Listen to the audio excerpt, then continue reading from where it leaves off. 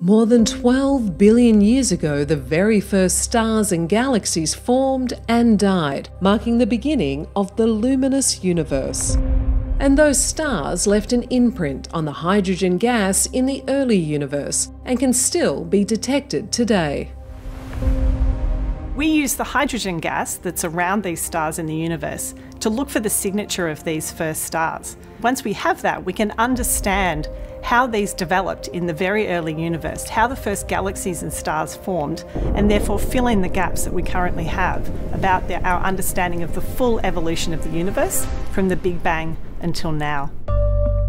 Associate Professor Catherine Trott is an astrophysicist who uses low-frequency radio telescopes to travel back in time. Her goal is to understand how the first stars and galaxies formed and how the universe evolved in what's known as the cosmic dawn. We're interested in finding hydrogen gas that's very, very old and very, very distant, and we use radio telescopes to be able to do that. One that we use in particular is the Murchison Wide Field Array. That's here in Western Australia. And in the future, we'll use the Square Kilometre Array, which will be the world's largest radio telescope. Very, very sensitive, so it can detect this very, very weak early universe signal.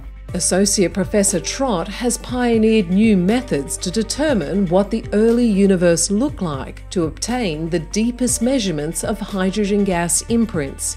And her research moves us closer to revealing what the very first stars looked like. We expect that the first stars were actually very different to our Sun. They were very, very massive and they died very quickly. And that's because they could only be made from hydrogen and helium gas, which is all we have in the early universe.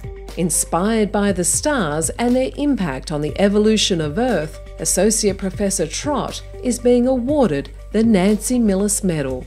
It's really important that our research is shared globally because it helps us to understand where we fit as human beings in the full evolution of the universe.